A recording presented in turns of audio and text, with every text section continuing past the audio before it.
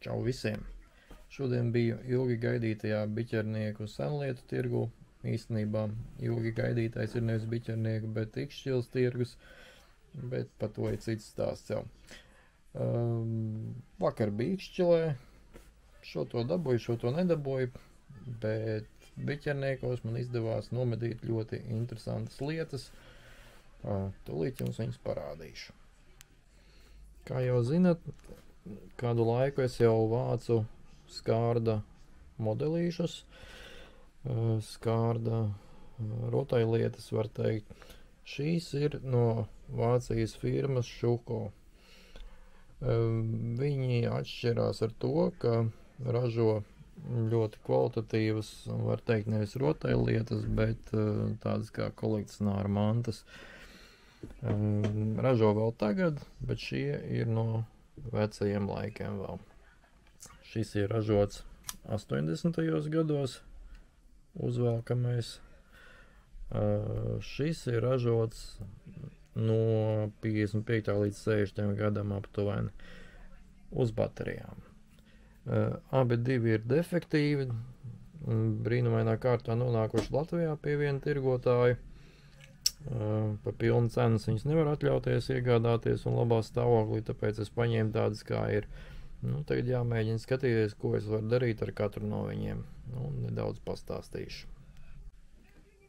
Šis te ir uzvelkamais. Viņam darbojās visādas lietas, respektīvi teorijā. Te ir tāda poga nospiežama. Šis, cik es saprotu, nodrošina vai nu braukšanu vai apstāšanos. Viņš tā kā bremzē pakaļ jau riteni. Un šis dod vēl vienu funkciju. Tā vēl viena funkcija ir, ja es pareizi saprotu, ka tā, kad viņš darbojās, stāv uz vietas, tad viņam šādi te kratās viss. Otrs nodrošina vienkārši braukšanu. Tātad tas mums ir firma Schuko Opel Doktorwagen.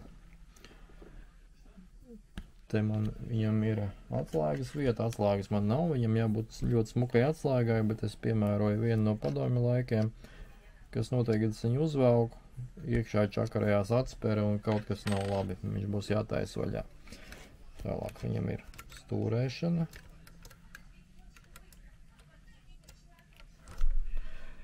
Kas vēl ir interesanti, stūrēšana ir savienota ar pašu stūrīti. Kā grozās līdzi. Tad viņam atmetās arī šis te jumtiņš. Tur būs jāskatās, kas ir jāpielabo. Īstenībā ir ļoti laba detalizācija, kas viņam trūkst. Viņam trūkst viens lukturs šāds un vēl viens lukturs. Aizmugurē jābūt numurzīmei te ar firmas nosaukumu un modeļu numuru. Tā kā taisīsim vaļā, skatīsimies, ko var darīt. Varbūt, ka viņš pats sāks darboties, bet varbūt nē. Vairākas dienas noņēmos ar šo Opeli, un nekas man nesanāca labs. Opelis kā jau Opelis, bet tas tā joka pēc. Par cik es viņu daļai izjaucu, man izdevās nomazgāt jumtiņu, nomazgāt plasmasas detaļas, kurām parasti netiek klāt. Bet mašīnu sataisīt nav iespējams. Man jau vieni veci kolekcionāri no Vācijas teica, ka ja tas ir no pirmās sērijas, tur visdrīzāk būs problēmas ar zobratiem. Un viņi pa lielam nav sataisām bez vēl viens mašīnas rezervē. Tātad šis bija Opel Doktorwagen 48 PS no 909. gada. Modelis taisīts apmēram 80. Stūrīte griežās kopā ar stūri visu. Kas tad viņam tur īsti ir? Iekšā ir ļoti sarežģīts mehānisms, idejiski ir kā, ka tu viņu apakšā uzvelc ar atslēgu. Šis iespējams atbild par to, ka tu viņu ieslēdz un mašīna stāv uz vietas un šādi te kratās, rūcot tēlo, ka viņi stāv uz vietas neitrālajā. Atlaižot vaļā stāvbremzi, viņi sāk braukt uz priekšu Un man liekas, ka otrs atbildēja par to, ka var braukt arī atpakaļ gaitā. Bet, nu, to es neuzzināšu. Ko es uzzināju, ielikšu arī bildes. Mašīna izrādījās neizjaucama, vismaz es to nemācēju izdarīt. Šeit ir zobrata sistēma, un te labajā pusē mazais zobratiņš. Viņš ir beidzies, viņš ir sabiris un saplaisājis, kamēr vispārēji ir normāli. Viņš ir taisīts no tāda kā presēta alumīnija, droši vien tas silumīns vai kā skaitās, jeb nē, cinka sakausējums šis ir. Un viņam ir piemeties tā sauktais cinka mēris, kas apdraud arī padomju laikā ražotos 1:43 modelīšus, respektīvi mašīna stāv it kā viss kārtībā, kaut kādu burbulīšu uzmetās virsū, bet viņa nedaudz stiprāk pieskaroties, viņa salūst gabalos.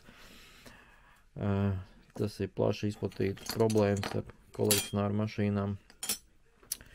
Ko es vēl gribēju pateikt? Var palasīt no Wikipēdijas priekšā par šo te firmu. Tātad firma Šuko. Tūlīt tās uzslēgsim. Firma ir dibināta 912. gadā. Divi vīri, Heinrichs Millers un Heinrichs Šrejers Nirbergā. Viņi nodibināja kā rotaļlietu rūpnīcu, kas saucās Spielzeug firma Schreyer & Co. Un vēlāk tika pārdēvēta par Šuko. Tā kā Šrēders un kompanija. No 1935. gada viņi sāka ražot arī uzvalkamus automodeļus, kuriem bija arī fīči tādi kā šiem te Mercedesam, ka te ieliek trosīti un caur trosīti var vadīt mašīnu attālināti, grozot tādu kā mazu stūrīti rokā. Pirms tam mašīnas modeļi tika attēlot, realistiski, bet viņiem nebija virsū nosaukumi tādi kā te ir Opel, piemēram, un te ir Mercedes, te jābūt ir pilnam. Nē, te nav uzraksts. Var sakot, šis Mercedes konkrēti, šis ir unikāls ar to, ka tas ir pirmais, kurš tika arī nosaukts par Mercedesu. Konkrēti šī sērija sākās ar šo Šuko elektrofenomenālu. Šis te automodelis ir ražots, iepazīstināts 55. gadā pircējiem un ražots līdz 60. gadam. Par spīti tam, ka viņi vairs nav oriģinālā stāvoklī, es vienalga esmu ļoti priecīgs, ka es iegūstu savā īpašumā šādu brīnišķīgu mašīnu. Tātad Mercedesiņš, ko kāds jau ir pārtaisījis. Jo visdrīzāk ir saplīsis kaut kad un uztaisījis visu vienkāršāk, lai būtu. Tātad, kas viņam ir? Viņam verās vaļā aizmugure.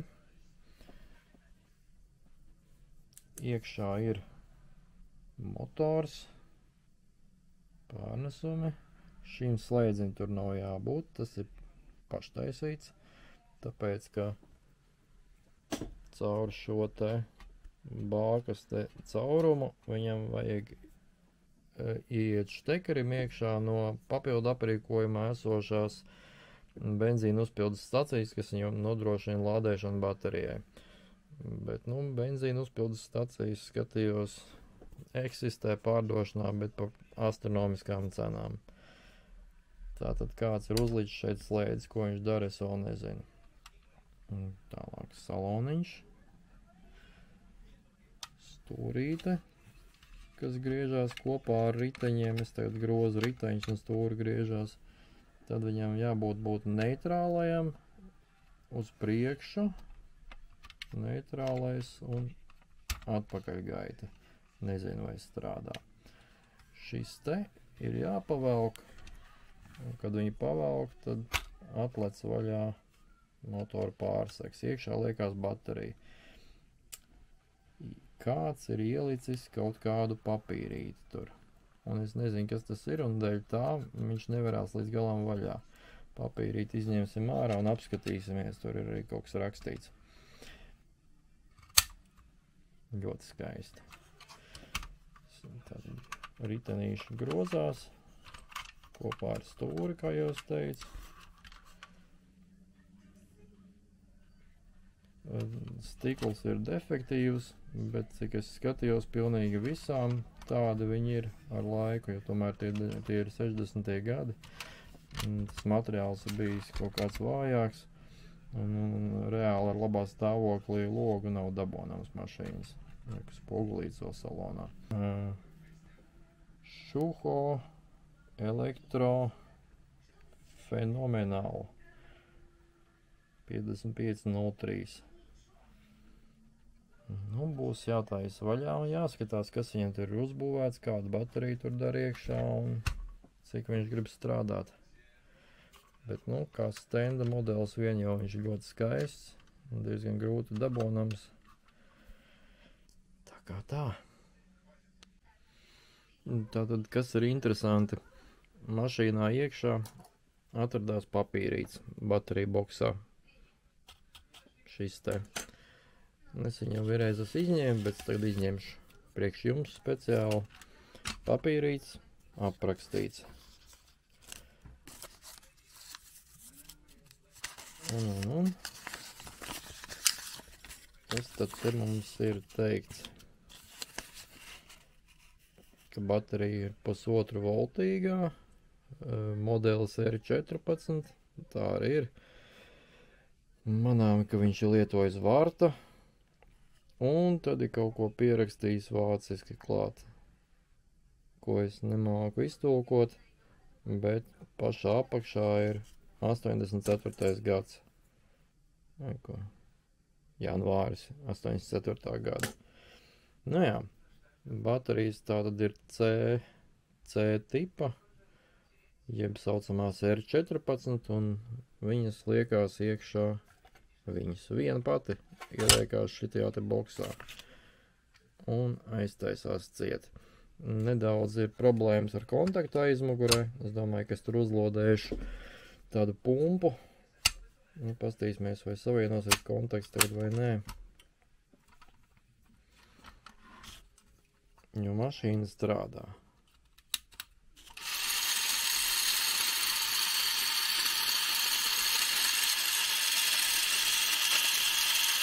Sākumā viņi negribēja darboties, es iegriezu motoru vairākas reizes.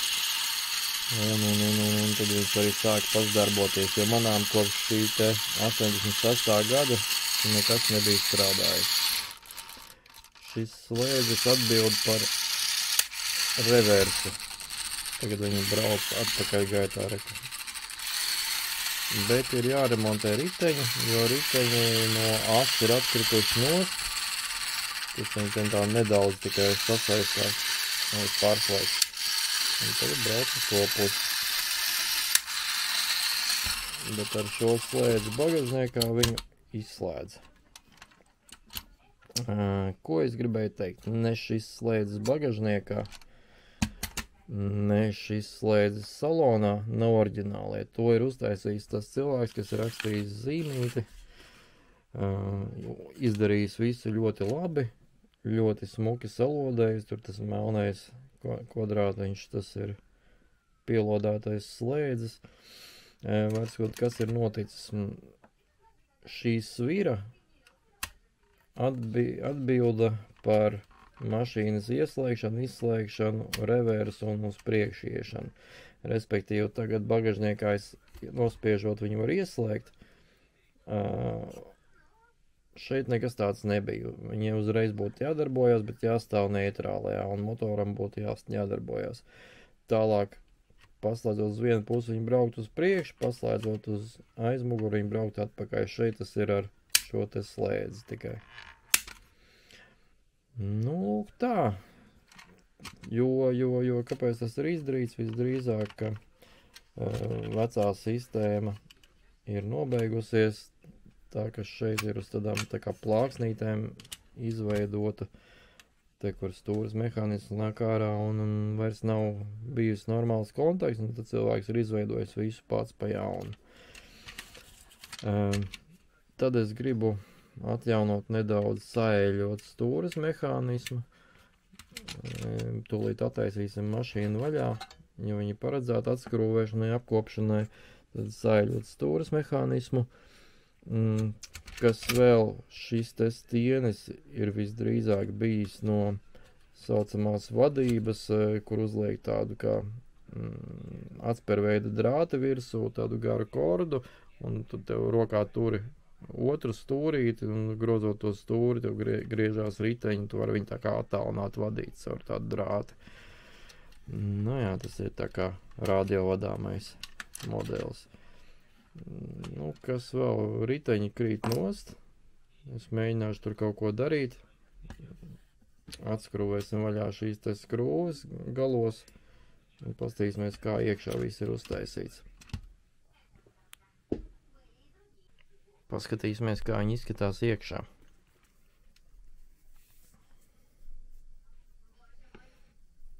Te tā tad iet baterija klāt.